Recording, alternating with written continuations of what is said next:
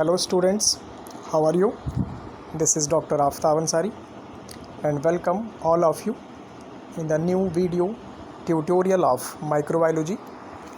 Today we will discuss about a very important protozoan, that is ant amoeba histolytica, which is a causative agent of amoebic dysentery.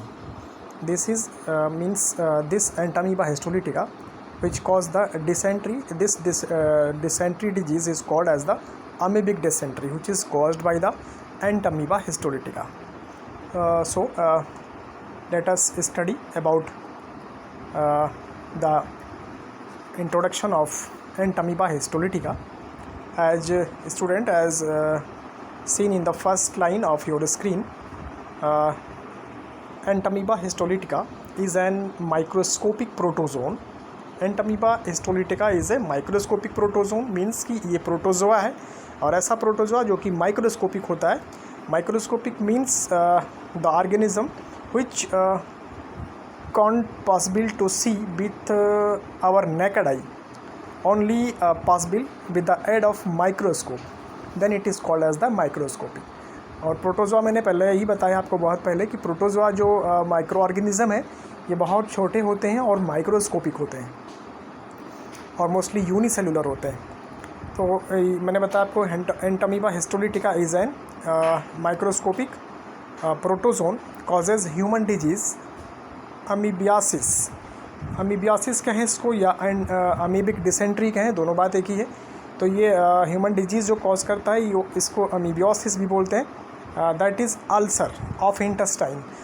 इसके infection से क्या होता है कि जो intestine है बॉडी के अंदर, ह्यूमन बॉडी का जो इंटेस्टाइन है उसमें घाव पैदा करता है. ये इसको हम अल्सर बोलते हैं, ulcer of intestine. And amoebic dysentery, और अमीबिक डिसेंट्री कॉज करता है. It was first described by the Losch in 1875. Losch ने इसको सबसे पहले इसके बारे में बताया था 1875 में. The ant amoeba histolytica is a cosmopolitan in distribution. Means कि जो ये ant amoeba histolytica है ये लगभग दुनिया के सारे देशों में लगभग ये पाया जाता है. Hence this is called as the cosmopolitan in distribution. Now the next point is its habitat. Means कि इसका स्वभाव कैसा होता है. तो मैंने बताया आपको यहाँ पे जैसे लिखा हुआ है which is seen in your screen, habitat. The first line of the habitat, trophozoite. Trophozoite is a stage of life cycle of ant amoeba histolytica. ant amoeba histolytica की 3 अलग अलग स्टेजेस होती हैं. एक को हम ट्रोफोजोइट बोलते हैं, एक को प्रीसिस्ट बोलते हैं और एक को सिस्ट बोलते हैं. इसको भी हम आगे पढ़ाएंगे आपको. तो हम जब बात करेंगे तो ट्रोफोजोइट वाले ही स्टेज की बात करेंगे कि वो कैसा दिखता है. तो trophozoite is a stage of life cycle of ant amoeba histolytica, harbor in mucosa and submucosa of large intestine of man. ये ह्यूमन बॉडी के लार्ज इंटेस्टाइन के म्यूकोसा में या कह सकते हैं सब म्यूकोसल रीजन में ये पाया जाता है ट्रोफोजोइट. फिर यहाँ पे लिखा हुआ है मॉर्फोलॉजी की बात करते हैं. यहाँ पे मॉर्फोलॉजी मीन्स कि कैसा ये दिखता है, या ये ट्रोफोजोइट की बात करते हैं हम, या प्रीसिस्ट की बात करते हैं, या सिस्ट की बात करते हैं, तो कैसा दिखता है. तो यहाँ पे लिखा हुआ है seen in the first line of morphology, ant amoeba histolytica found in the 3 morphological stages. Means कि ये अपनी लाइफ साइकिल में इसकी 3 स्टेजेस होती हैं. That is the trophozoite, precyst and the cyst. As the trophozoite, in trophozoite first is the trophozoite. It may be a rod like और spherical. कैसा होता है ये? रॉड लाइक होता है और कभी कभी थोड़ा बहुत ये स्फेरिकल भी हो सकता है. Measuring about 10 to 16 milli micron का होता है ये. हैविंग स्फेरिकल न्यूक्लियस, और इसके अंदर जो न्यूक्लियस होता है वो ट्रोफोजोइट के अंदर जो न्यूक्लियस है वो स्फेरिकल है, राउंडेड होता है.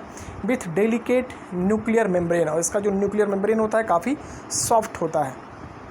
The trophozoite has outer clear ectoplasm, और इसकी जो बाहरी लेयर होती है ट्रोफोजोइट की सबसे बाहरी लेयर उसको एक्टोप्लाज्म बोलते हैं. और जो अंदर की लेयर होती है उसको वो कुछ ग्रैन्युलर है, कणिकामय है, या कुछ ग्रैनुलर स्ट्रक्चर होता है, इसको हम इंडोप्लाज्म बोलते हैं.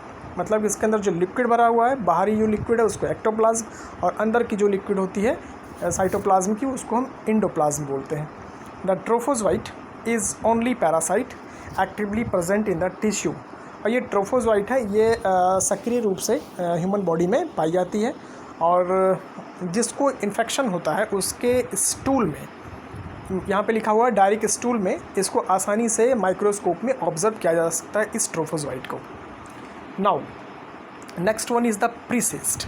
It is similar in size, about 10 to 20 milli micron का ये भी होता है एंड सेम न्यूक्लियस, और न्यूक्लियस भी लगभग समान होता है एज इन ट्रोफोजोइड, जैसा कि ट्रोफोजोइड में होता है, बट ओवॉइड स्ट्रक्चर, मगर इसका कुछ स्ट्रक्चर ओवॉइड होता है, इसीलिए इसको प्रीसिस्ट बोलते हैं, विथ स्यूडोपोडिया, और इसमें कुछ स्यूडोपोडिया पाया जाता है। स्यूडोपोडिया का मतलब, पोडिया मीन्स होता है पैर, स्यूडो का मतलब होता है पैर होते हुए भी वो पैर नहीं होता है, उसका लेग नहीं है, इसलिए इसको स्यूडोपोडिया बोलते हैं, मतलब कुछ उससे मूवमेंट करता होगा। और जो यहाँ पर आप देख रहे हैं प्रीसिस्ट में, आप ये बीच में आप देख रहे हैं प्रीसिस्ट, देखो इसके ऊपर आपको कुछ डोम शेप बना हुआ है, कुछ उसी को, इस डोम वाले शेप को जो सबसे ऊपर है, ये प्रीसिस्ट के सबसे ऊपर, इसी को हम कह सकते हैं ये इसका स्यूडोपोडिया है। और इसको भी यहाँ पे लिखा हुआ है कि ये स्यूडोपोडिया आउटसाइड, इसको ये स्यूडोपोडिया के रूप में जाना जाता है, इससे कुछ इसमें मूवमेंट हो सकता है, होता हो।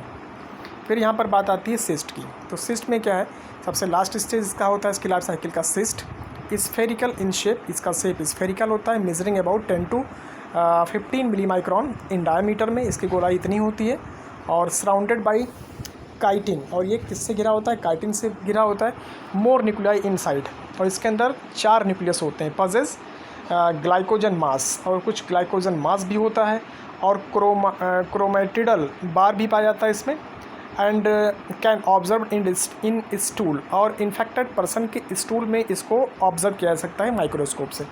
तो यहाँ पर हम ट्रोफोजोइट के बारे में देख लेते हैं। सबसे पहले एक्टोप्लाज्म है, इंडोप्लाज्म है, न्यूक्लियस है, न्यूक्लियर मेम्ब्रेन है, और ये फूड वैक्यूल्स इसमें है। ये तो ट्रोफोजोइट की बात हो गई, ये प्रीसिस्ट है, और सबसे आखिरी में यहाँ पर लिखा हुआ है ये सिस्ट। तो सिस्ट में मैंने बताया आपको कि इसमें कुछ ग्लाइकोजन मास होते हैं, क्रोमेटिडल बार इसमें है, और ये 4 जो रेड कलर का आप देख रहे हैं इसके न्यूक्लियस हैं। तो सिस्ट में 4 न्यूक्लियस होता है। अब हम इसके लाइफ हिस्ट्री के बारे में बात करते हैं। तो लाइफ हिस्ट्री में जैसा लिखा हुआ है कि एंटमीबा लाइफ हिस्ट्री मीन्स कि इसकी लाइफ साइकिल कैसी होती है, कैसे ये अपनी लाइफ साइकिल कैसे कंप्लीट करता है। तो यहाँ पे लिखा हुआ है Entamoeba histolytica is monogenetic that it's complete it's life cycle into a single host man, मतलब ये अपना जीवन चक्र सिर्फ मानव में ही कंप्लीट करता है, कोई दूसरा इसका अल्टरनेटिव होस्ट नहीं होता है। Man acquire infection through the contaminated food water, और बॉडी, ह्यूमन बॉडी में अगर कंटामिनेशन है, अगर ये सिस्ट किसी तरीके से फूड में या वाटर में प्रेजेंट है तो हमारे बॉडी के अंदर जाएगा और इन्फेक्शन कॉज कर देगा। ये जो सिस्ट है चौथा नंबर का, तीसरे नंबर का। और लिखा हुआ यहाँ पर कि वाटर विद सिस्ट पैरासाइट, जो सिस्ट है पैरासाइट, अगर वो हमारे फूड में, हमारे वाटर में या हमारे खाने पीने की चीज़ों में अगर वो उसका सिस्ट है तो हमारे बॉडी के अंदर इंटेस्टाइन में पहुँच जाएगा। यहाँ पे लिखा हुआ है on reaching intestine it's cyst, और इसका जो ऊपर का जो लेयर होता है जिसको हम सिस्ट बोलते हैं, बिकम डिज़ोल्व, वो डिज़ोल्व कर जाता है। ट्रिप्सिन एंजाइम हमारे बॉडी के अंदर बनती है हमारे इंटेस्टाइन में, और उससे वो डिज़ोल्व कर जाता है, and it's 4 nuclei get liberated, और इसके जो 4 न्यूक्लियाई होते हैं इसके अंदर सिस्ट के अंदर के, वो फ्री हो जाते हैं, विच divide by the binary fission, और उसमें बाइनरी फिजन के द्वारा डिवीज़न होता है, एंड बिकम 8 न्यूक्लियाई। और कितनी न्यूक्लियाई जाती हैं, लगभग ये 8। तो हमने बताया आपको कि ये जब सिस्ट हमारे बॉडी के अंदर पहुंचता है तो वहाँ पे ट्रिप्सिन एंजाइम जो है इसमें जब मिलता है तो इसकी जो सिस्ट वॉल जो होती है वो डिज़ोल्व कर जाती है, और डिज़ोल्व, जब ये सिस्ट डिज़ोल्व हो जाता है तो इसके अंदर जो चारों जो न्यूक्लियाई होती हैं वो बाहर आ जाती हैं, और उसमें बाइनरी फिजन होता है, मतलब 1 से 2 हो जाएंगे वो, और डिवाइड होकर के जो 4 थे अब जगह इसके दुगने हो जाएंगे, और कितने हो गए, ये 8 न्यूक्लियाई हो जाते हैं, विच फॉर्म 8 स्मॉल अमीबा। और क्या करेंगे, वो 8 न्यूक्लियाई छोटे अमीबा में बदल जाएंगे वो, और जिसको हम क्या बोलेंगे, मेटासिस्टिक ट्रोफोजोइट। क्या बोलेंगे उसको हम, मेटासिस्टिक ट्रोफोजोइट। मीन्स कि जो 8 न्यूक्लियाई वहाँ पे बने हुए हैं वो 8 न्यूक्लियाई मेटामार्फोस कर जाते हैं, रूपांतरित हो जाते हैं किसमें, मेटासिस्टिक ट्रोफोजोइट में। एक और भी स्टेज है इसका। फिर क्या होगा, these metacystic trophozoite invade in mucosa on reaching ultimately into large intestine. और क्या होगा कि इन्वेड इन म्यूकोसा, और ये जो ट्रोफोजोइट है मेटासिस्टिक ट्रोफोजोइट, वो इन्वेड का मतलब वहाँ पर जाता है, पहुँचता है या रहता है इन म्यूकोसा में, on reaching ultimately into large intestine. और ये कंप्लीट रूप से कहाँ पे पहुँच जाता है, जब इसमें हमारे बड़ी आंत में या ह्यूमन बॉडी के लार्ज इंटेस्टाइन में, एंड प्रोड्यूस एंजाइम हिस्टोलिसिस, और कुछ हिस्टोलिसिस एंजाइम को प्रोड्यूस करता है ये इंटेस्टाइन में ही, और दैट कॉज, और उस एंजाइम की वजह से जो ये प्रोड्यूस करता है, जिसको हम मेटासिस्टिक ट्रोफोजॉइड बोल रहे हैं, ये कुछ एंजाइम को रिलीज़ करता है, हिस्टोलिसिस होता है वो, that causes flask shaped Leeson, और जो कि हमारे या ह्यूमन बॉडी के लार्ज इंटेस्टाइन में कुछ निशान छोड़ता है, जिसको लीशन बोलते हैं। ड्यू टू यहाँ पर डेक्रोसिस लिखा हुआ है, इसको नेक्रोसिस होना चाहिए था, तो इसको मैं एडवाइज़ कर रहा हूँ आपको कि इसको एन कर लीजिएगा, डी की जगह पे यहाँ पर डेक्रोसिस लिखा हुआ है। Due to necrosis of tissue, और इसकी वजह से क्या हो जाता है कि हमारे जो टिश्यूज़ होती हैं वो नेक्रोटिक हो जाती है। नेक्रोसिस मतलब कि वो ख़राब होने लगती है पूरी तरह से। एंड कॉन्सिक्वेंसेस, और जिसकी वजह से अमीबिक डिसेंट्री अकर्स, और जिसकी वजह से क्या कॉज करता है, अमीबिक डिसेंट्री कॉज करता है, जिसको हम साधारण भाषा में पेचिस कहते हैं। अमीबिक डिसेंट्री कॉज करता है ये।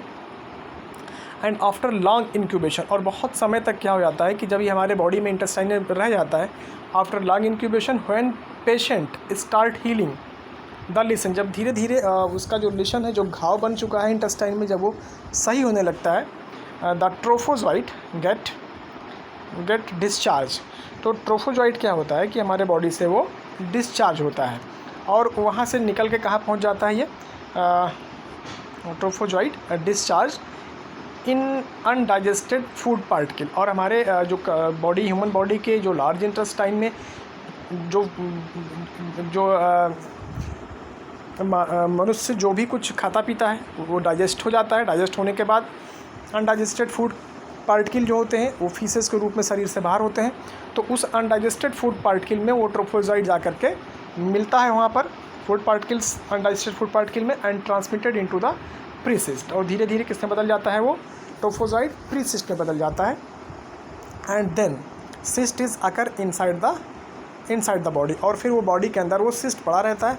And this cyst is released with the faeces, और ह्यूमन फीसेस से ये जो सिस्ट बन चुका है, ये सिस्ट रिलीज होकर के शरीर से बाहर निकल जाता है।